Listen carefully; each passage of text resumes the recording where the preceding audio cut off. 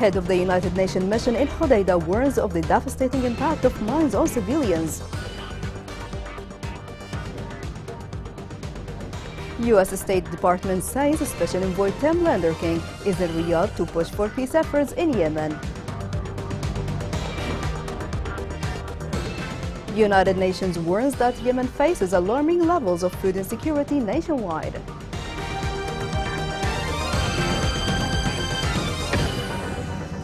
Good evening. Welcome to Yemen Today TV. I am Abir Ali and you're watching the English News. The head of the United Nations missions in Hodeidah, Michael Berry, warned of the devastating impact of the mines on civilians in the city. Those remarks came during a briefing before a closed session of the United Security 2 days ago. This report has more. Head of the UN mission to support the Hodeidah Agreement, Major General Michael Berry, briefed the Security Council in a closed session on Yemen. The mission's statement briefed the Council on efforts to continuously monitor the ceasefire to protect civilians. He warned of the devastating impact of mines and explosive ordnance on the lives of people. These explosive devices pose a serious threat to life, restricts movement, and most importantly, spreads a sense of fear and insecurity among people. Yemen has been suffering from the landmines planted by the Houthis over the past years. As the conflict between the Houthis and the government becomes more violent, mine laying increases intensely. In Yemen, mines are laid randomly, which makes the process of removing them extremely difficult.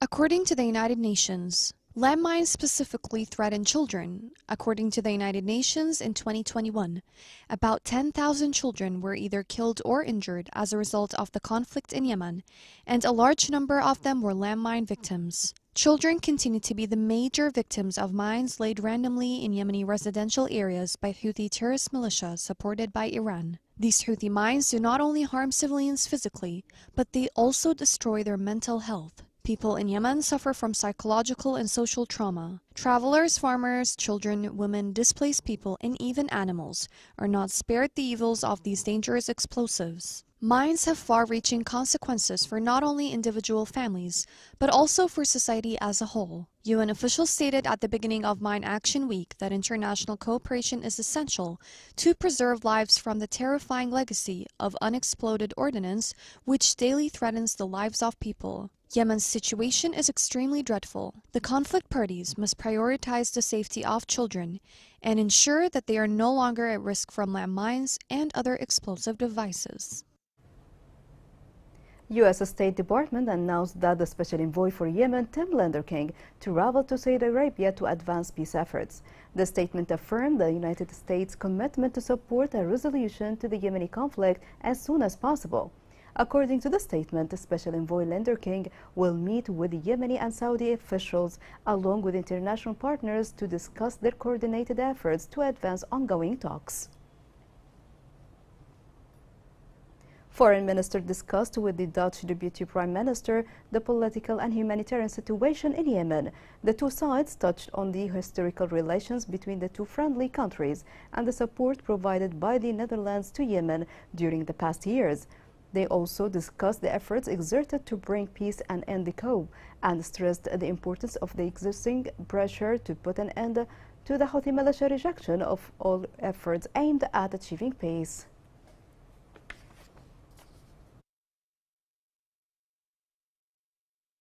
This is what the long journey was all about. The Safar sitting just off the coast of Hodeidah with a dangerous load. The operation will start tomorrow to make the Safar safe, to pump its oil and to clean the Safar for scrapping. We have arrived, with thanks to all our partners and donors, particularly thanks to the government of Yemen. The Safar is the biggest environmental threat to the Red Sea at the moment. We are on our way to pump the oil from this dangerous ship with the help of this Endeavour ship that I'm on. The Nautica, our second ship, the tanker, will come to the side of this ship, and Smith Salvage will pump the oil from one into the other.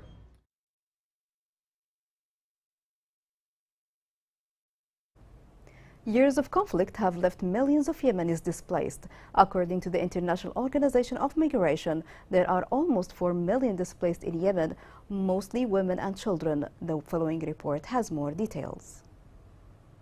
The war in Yemen has achieved nothing except for the increased suffering here in the city of Hais and Hodeidah Governorate, where the suffering of the displaced continues and they are still far from the attention of international organizations. Their only sin is that they fled their areas blazing with war, but they did not find in this city the right to displacement, safety, and shelter for themselves and their children. Families live in a tent made of pieces of fabric, showing the suffering of the war and the failure of humanitarian organizations, which are still conducting their transactions according to complex and boring assessments regarding the suffering of the displaced. Fears of the camp residents are growing about the outbreak of diseases and epidemics in the camp, which is inhabited by thousands of displaced families. Health facilities in displacement camps receive many patients daily, most of whom are children who have contracted dengue fever and malaria. In light of the absence of the role of organizations and concerned authorities to curb this unhealthy phenomenon that requires the allocation of rubbish bins to be disposed from time to time, as well as the drainage of sewage water inside the camp and other camps, which due to neglect may turn into hotbeds of diseases and epidemics. Continuous non-stop suffering faced by the simple displaced for not obtaining aid and the necessary needs, and manipulating them without delivering them to those who deserve it. So the question here remains how long the displaced will continue to be deprived of their guaranteed human rights, and to limit the recurrence of their suffering in the areas of displacement. Perhaps this call will be heard by those concerned and the people of human conscience,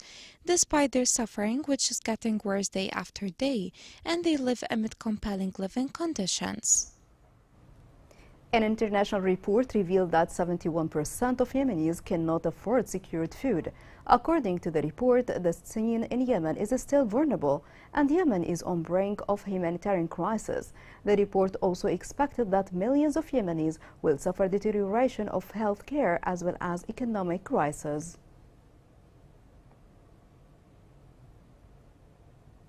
The United Nations warned that Yemen faces alarming levels of food insecurity nationwide. This came in a recent report released by the organization, which added that almost 17 million Yemeni are in need of urgent food assistance. This report has more. The UN stated that the issue of food insecurity in Yemen continues to pose a serious concern, despite the efforts of the organization and its allies. David Gressley, the UN resident and humanitarian coordinator for Yemen, said that 17 million Yemenis are still suffering from food insecurity. This was shown in a report from the UN Food Agency, the World Food Programme, and the UN Children's Fund. Yemen's current level of hunger is extremely dangerous, causing great suffering for millions of people. And without continuous help, the progress accomplished in recent years will be jeopardized. The violence has claimed a shocking number of lives and driven Yemen into a humanitarian crisis, including widespread starvation. The situation in Yemen is most visible in widespread malnutrition, disease outbreaks, civilian casualties, and displacement, as well as the country's collapsing economy and looming famine. The needs of the Yemeni people regarding food far exceeded current consumption levels, with 3.5 million pregnant or breastfeeding women and children under 5 suffering from acute malnutrition, and up to 19 million people affected by food insecurity in 2022. The conflict in Yemen began in 2014, making everyone extremely vulnerable to death and famine. In addition, the conflict has displaced more than 1 million people and given rise to cholera outbreaks, medicine shortages, and threats of famine. Yemen has been labeled as one of the worst humanitarian catastrophes in history since 2015. The country has been plagued by one of the world's worst food crises. Parents often find it difficult to bring their children to facilities for treatment, as they cannot afford transportation fees. Unfortunately, despite the promises made by many organizations and countries to help, they don't actually contribute because it's not a top priority for their foreign policy. The humanitarian response in Yemen has turned out to be a disaster. Yemen has more individuals in need this year, and more lives will be lost if no help is provided. Yemen, the worst famine the world has seen in 100 years. Right now, over 8 million people are facing starvation. Since the beginning of the war, 85,000 children have died due to the lack of food. We cannot allow this to continue. The Yemeni people can't wait. Coming up in the news. The United States provides $3 million to support health sector in Yemen.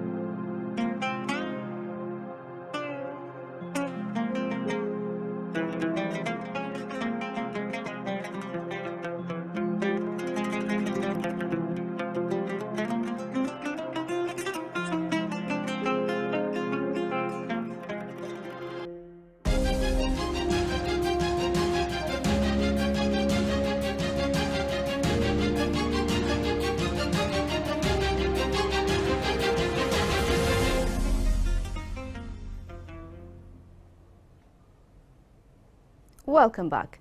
Traditional carpentry is a craft that dates back to centuries in Yemen. Ali is an old man from Taz and has been a carpenter for decades. Despite losing his ability to hear after a car accident, he still works in cutting wood and making homemade objects. More on Ali's story is within this report. The citizen Ali Najjar, aged 7 years old, was subjected to a traffic accident in the mid-90s, which made him lose the ability to hear or speak. The accident did not make him lose hope or his determination to continue his work. In order to earn a living from the gate of carpentry folk artifacts that he's still practicing despite his old age. He works as a carpenter. He was subjected to a car accident and since then he doesn't hear or talk. He's good at his job. It's his main source of income. His situation is really bad. He lives in this simple home that you can see over there. The citizen, who hails from the town of Al-Hajajin in Al-Wazia district, spends his daytime hours cutting tree branches and then returns to his humble home to start the carpentry process. He relies on marketing his own products after receiving several orders from his customers. In the morning, he goes into the woods and he starts cutting. Then he brings it home to start working on it before taking it to the market. He sells what he can there and receives orders from his customers. Then he comes back home and starts working. This man produces handmade products. He's been through an accident in 1994 and this has become his only source of income. He can't work with anything else due to his special case. His condition is really bad and he needs some support. Despite the modern imported industry in this context, the old wooden carpentry still has an echo in Al-Wazia district through its household or life uses in the society, and this man is the only person who is known for manufacturing these products in the governorate. Local sources reveal the spread of tuberculosis disease in the capital Sana'a. This disease has prevailed in Houthi jails in Sana'a due to the Houthi neglection towards the detainees and abductees. Detainees revealed that they have witnessed the death of tens of them due to lack of medical care.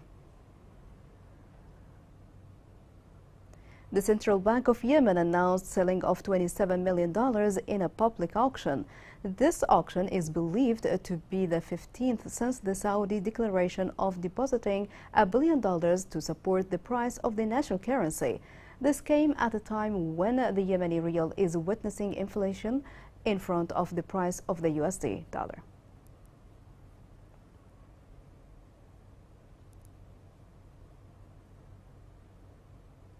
The United States announced new funding to support the health sector in Yemen. Hospitals lack basic supplies in Yemen due to the conflict. This report has more details.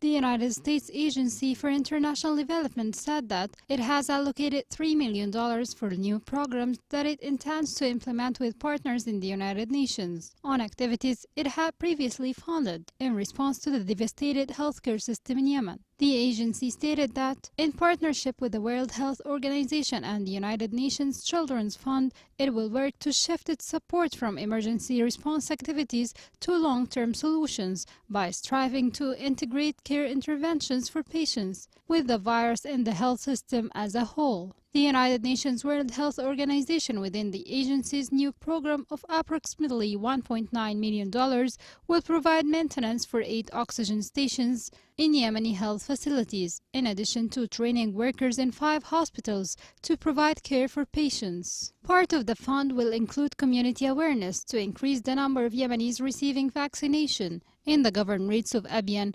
Hadramaut, Lahj, and Taiz. These are the campaigns in which large sums of money were previously paid during their programs for the past 2 years. This partnership is key to shifting the quality of food support to the Yemeni health system from emergency relief to more sustainable solutions. Yemeni medical sources said that international organizations are wasting funds in the wrong place at a time when there are health programs that are most in need, including programs to combat fever and epidemics that are currently rambling. The U.S. agency allocated the rest of the announced amount of $1.1 million to UNICEF to provide a training program for 750 health sector workers on community services, in addition to what it called community mobilization, infection prevention and control, as well as financial support for 1,200 community health workers over a period of 3 months to enable them to carry out home visits.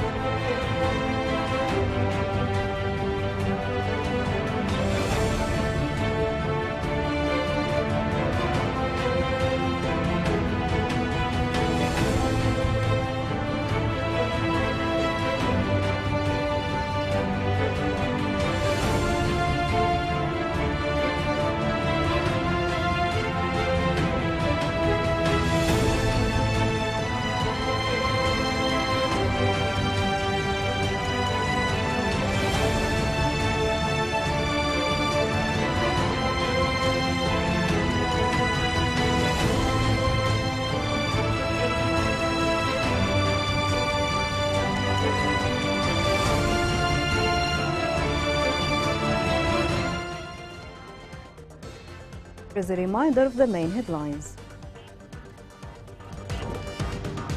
Head of United Nations mission in Hodeidah warns of the devastating impact of mines on civilians. U.S. State Department says Special Envoy Tim Lenderking is in Riyadh to push for peace efforts in Yemen. United Nations warns that Yemen faces alarming levels of food insecurity nationwide.